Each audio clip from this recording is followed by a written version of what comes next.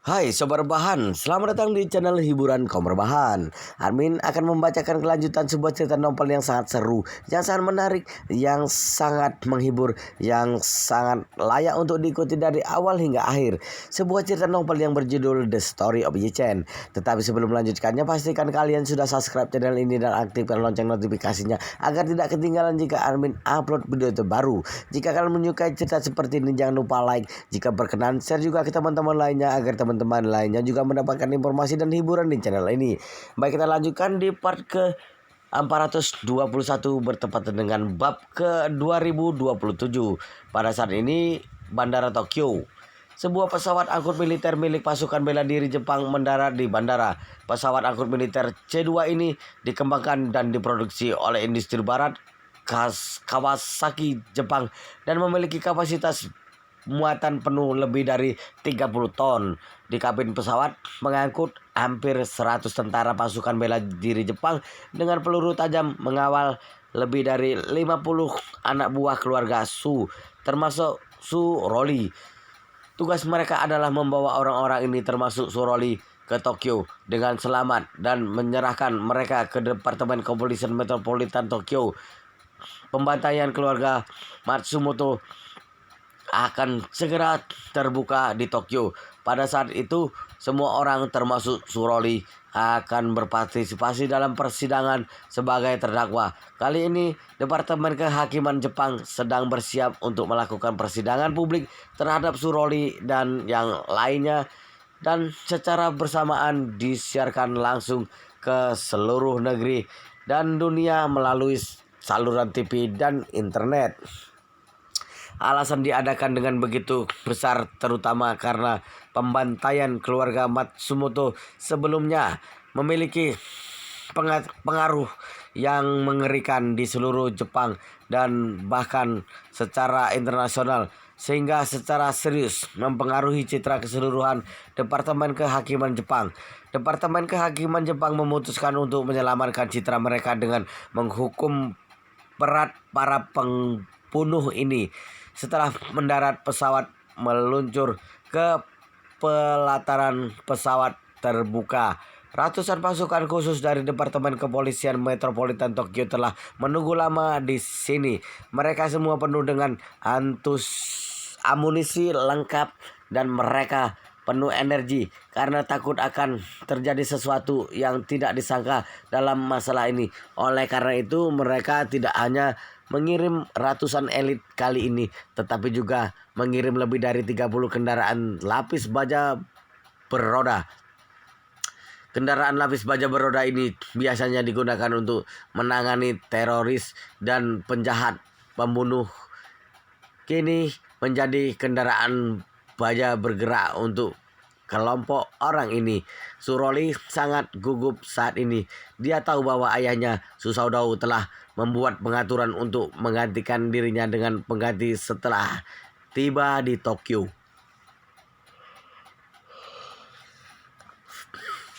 Begitu dia berhasil ditukar orang ayahnya akan segera mengatur agar dia meninggalkan Jepang dan kembali ke negaranya.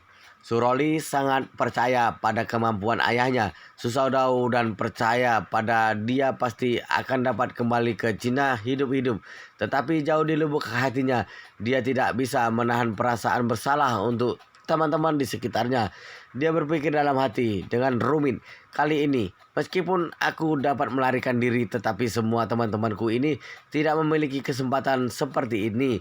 Artinya apa yang akan aku lakukan sekarang adalah mengkhianati semua teman seperjuanganku, meninggalkan mereka mati dan melarikan diri sendirian. Jika mereka tahu, mereka pasti akan sangat membenciku kan? Memikirkan hal ini, Suroli tanpa sadar merasa bersalah. Pada saat ini pintu kabin telah dibuka dan anggota tim pertahanan dari pertahanan diri bersenjata mulai memimpin mereka, para tersangka kriminal ini, untuk turun dari pesawat dengan tertib. Di luar pesawat, pasukan khusus kepolisian sudah siap Setiap kali ada tersangka yang turun, mereka akan langsung mengirim 3 anggota untuk menjaganya 1 lawan 3, 3 lawan 1. Tidak hanya borgol tangan dan kaki yang sangat diperlukan, tetapi mereka juga menutupi kepala para tersangka kriminal dengan kain hitam sehingga mereka tidak bisa melihat lingkungan sekitar. Sebagai pelaku pertama, Suroli dibawa langsung ke dalam kendaraan lapis baja beroda pertama. Selanjutnya, para tersangka lainnya menduduki kendaraan lapis baja beroda untuk masing-masing 2 orang dan seluruh konvoi meninggalkan bandara dengan momentum yang besar, bersiap untuk pergi ke penjara khusus yang dijaga paling ketat dari Departemen Kepolisian Metropolitan Tokyo. Saat ini di tepi perempatan jalan raya di luar bandara. Beberapa orang berbaju hitam menggunakan teropong untuk mengamati konvoi yang datang dari kejauhan. Salah satu memegang remote control di tangan sambil mengawasi pemimpin konvoi dan menghitung waktu. Ketika jarak konvoi kurang dari 50 meter dari persimpangan, pria itu menekan remote control.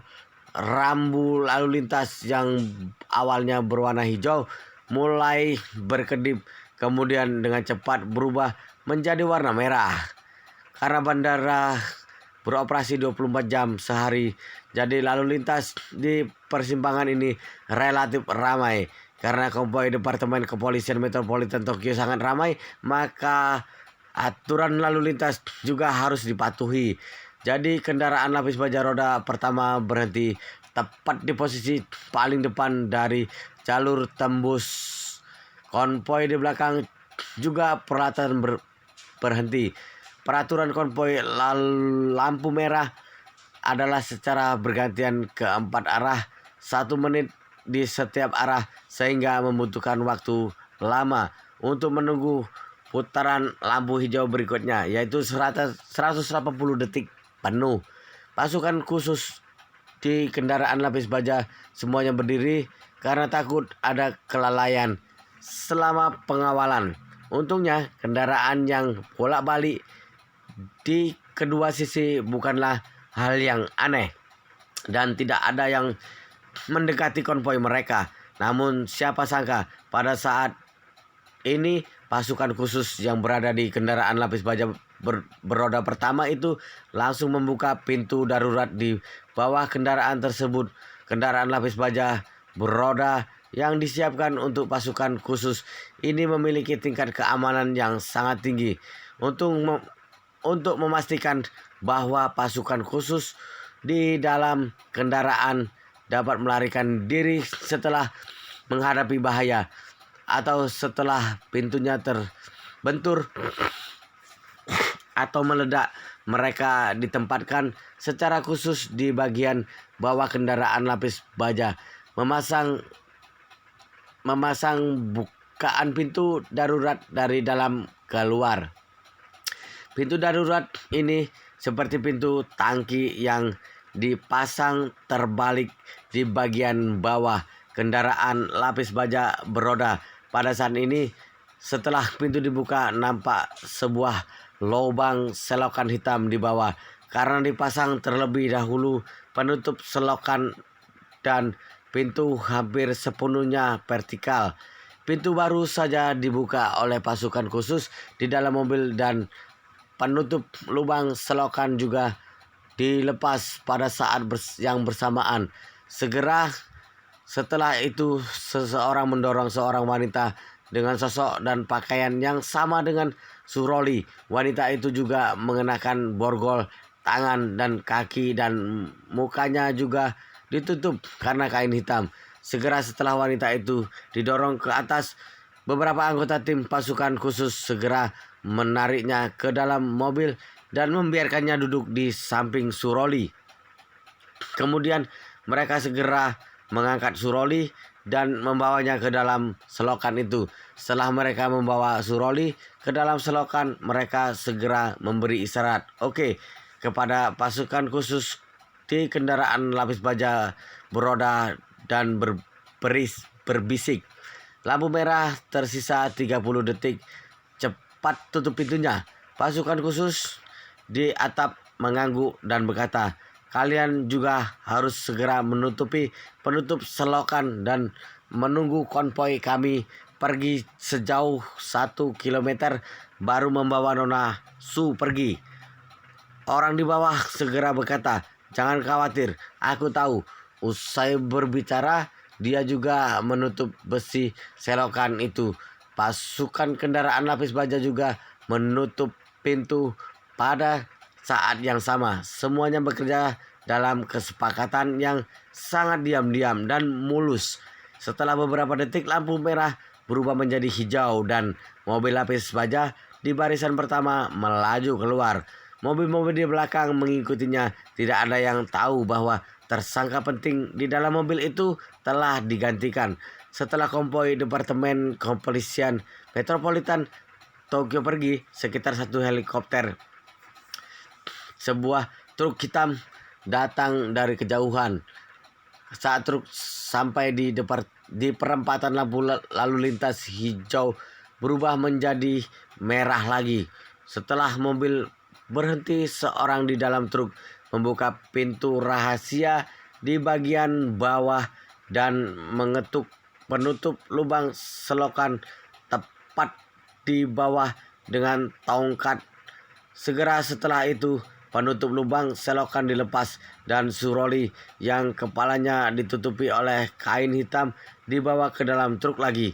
Setelah itu, penutup lubang selokan ditutup kembali dengan rapat dan truk tersebut juga melaju dengan kencang, seolah-olah tidak terjadi apa-apa di tempat kejadian.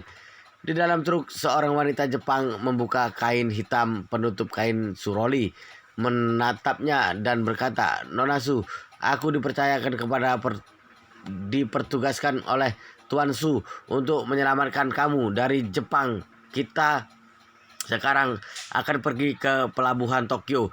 Kapal sudah menunggu di sana. Rumah itu ada di pusat kota Tokyo. Yichen dan Song Wanting juga sudah bersiap-siap untuk pergi.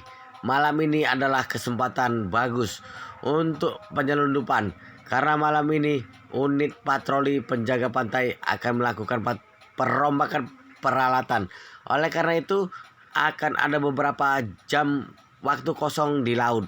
Penjaga pantai Jepang sangat ketat dalam hal masuk dan keluar. Sebagian besar dari mereka melakukan segala cara untuk menindak imigran ilegal yang telah menyelundup ke Jepang atau menyelundupkan barang ilegal ke Jepang. Mereka tidak tertarik dengan penyelundupan orang dan barang keluar dari Jepang. Jadi dengan cara ini akan lebih mudah untuk berangkat dari Tokyo. Ito Yohiko menyiapkan tim dan berencana untuk secara pribadi mengantar Yichen dan Song Wanting ke pelabuhan. Dan itu Nanako juga punya pemikiran ini. Dia sebenarnya sangat tidak tega untuk membiarkan Yichen pulang. Tetapi dia tahu betul di dalam hatinya bahwa dia tidak akan pernah bisa membuat Yichen tetap tinggal di sini. Karena itu dia sudah sangat puas dalam hatinya untuk dapat mengantar Yichen ke pelabuhan. Jadi setelah semua orang siap, Yichen dan Song Wanting ditemani oleh ayah dan putri Ito Yohiko dan Ito Nanako pergi ke pelabuhan. Di dalam mobil, Ito Yohiko berkata kepada Yichen, Tuan Yi, Hashimoto Jinshan dari Nippon Steel telah dibawa ke pelabuhan oleh ninja yang aku kirim. Yichen mengangguk dengan puas. Terima kasih atas kerja kerasmu, Tuan itu.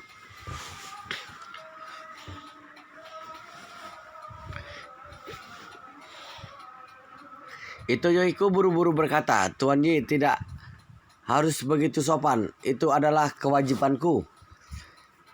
Setelah berkendara selama 40 menit, mereka tiba di pelabuhan besar Tokyo. Seluruh pelabuhan Tokyo menempati area yang sangat luas. setidaknya beberapa kilometer di sepanjang garis pantai.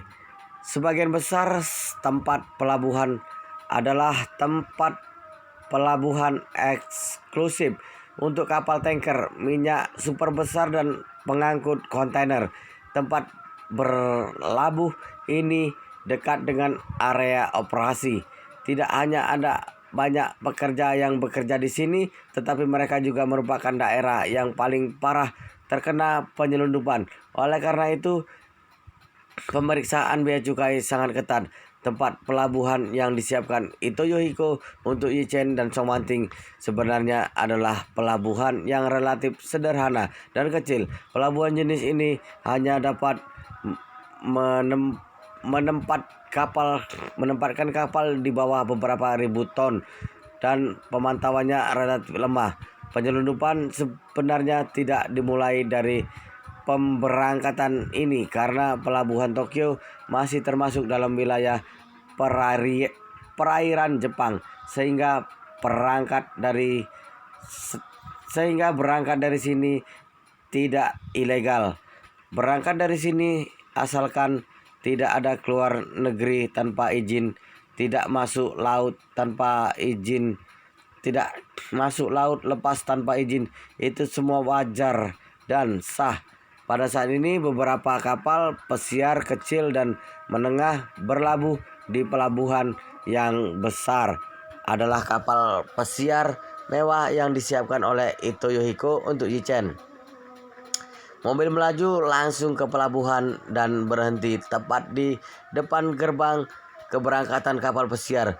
Meskipun Ito Yohiko kehilangan kakinya, dia masih dibawa ke kursi roda dan didorong. Setelah Yichen dan Songwanting turun dari mobil, Ito Yohiko berkata, "Tuan Yi, kru dan kapten adalah orang kepercayaan aku. Kamu jangan khawatir." Yichen sedikit mengangguk. "Maaf telah merepotkan tuan itu." Ito Yohiko buru-buru berkata, "Kamu tidak usah begitu sopan." Yichen melihat waktu dan berkata kepada ayah dan putri Ito Yohiko, "Waktu sudah larut. Kita harus bergegas. Jadi kita tidak bisa banyak berbicara di sini lagi. Mari bertemu lagi di masa depan nanti." Ito Yohiko memeluk tinjunya dan berkata dengan hormat, "Tuan Yi, akan ada hari-hari untuk bertemu di masa depan." Itu nanaku berkata dengan tidak berdaya. "Yichen Kun, akan ada hari-hari untuk bertemu lagi di masa depan." Yichen menatapnya, tersenyum halus dan berkata, "Itu nanaku, harap jaga diri baik-baik." Itu nanaku mengangguk dengan mata merah, lalu memandang Songwanting yang sedang menggendong anak anjing. Dia tersedak dan berkata, "Kakak Wanting, semoga perjalananmu lancar. Jika kamu punya kesempatan, kamu harus datang ke Tokyo untuk menemuiku." Songwanting juga buru-buru berkata, "Jangan khawatir, aku pasti akan datang mencari kamu. Jika kamu punya waktu, kamu juga bisa datang ke kota Jinling untuk melihat aku dan Xiaoyu." Itu nanaku agak senang dan berkata tanpa ragu, "Kakak, jangan khawatir, aku akan pergi mencari kalian setelah pekerjaanku selesai." Pada saat ini seorang pria parubaya turun dari kapal dan berkata dengan hormat kepada Ito Yohiko, "Tuan, kami siap berlayar kapan saja." Ito Yohiko berkata, "Di mana Hashimoto Jinshian?" Pihak lain berkata, "Hashimoto Jinshian telah ditahan di kabin terlebih dahulu dan semua anggota tubuhnya diikat. Aku mengirim seseorang untuk mengawasinya dan tidak akan ada kesalahan." Ito Yohiko mengangguk puas dan berkata kepada Yichen, "Tuan Yi, kamu dan Nona Song sudah bisa naik ke kapal." Yichen berkata, "Kalian juga sudah bisa kembali. Kami akan segera pergi dulu." Ito Yohiko berinisiatif untuk berjabat tangan dengan Yichen dan Ito Nanako juga memeluk Songwanting dengan lembut. Kemudian Songwanting mendatangi Ito Yohiko lagi dan berkata dengan tulus, "Tuan Ito, kali ini di Jepang. Terima kasih. Terima kasih banyak atas waktumu dan perhatianmu." Itu Yohiko tertawa dan berjabat tangan lembut dengan Song Wanting dan berkata dengan serius, "Nona Song, jangan segan dengan keluarga itu. Kapan saja kamu sama seperti Tuan Yi akan selalu menjadi tamu terhormat keluarga itu." Itu nanaku datang ke samping Yi Chen. Saat ini wajahnya memerah karena malu. Ketika dia melihat Yi Chen, dia dengan lembut membuka tangannya ingin melihat reaksi Yi Chen selanjutnya. Dia ingin memeluk Yi Chen dan mengucapkan selamat tinggal, tetapi dia khawatir Yi Chen tidak mau.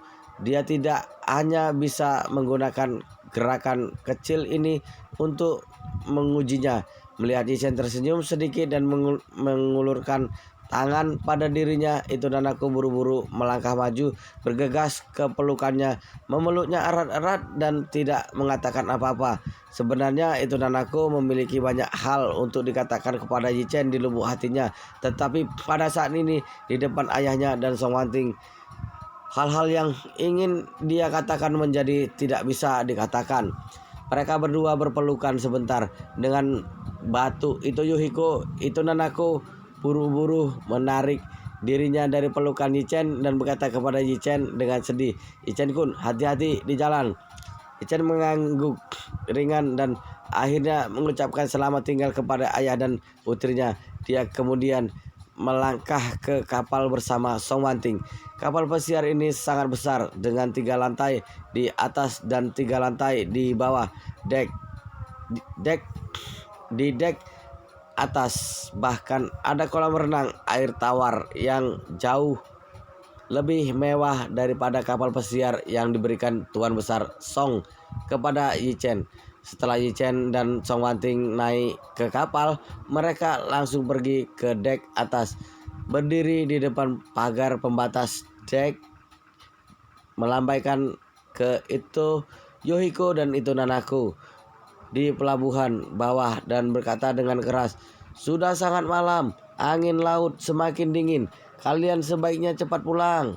Itu nanaku mengangguk lembut dan meminta pelayan untuk membantu ayahnya masuk ke mobil.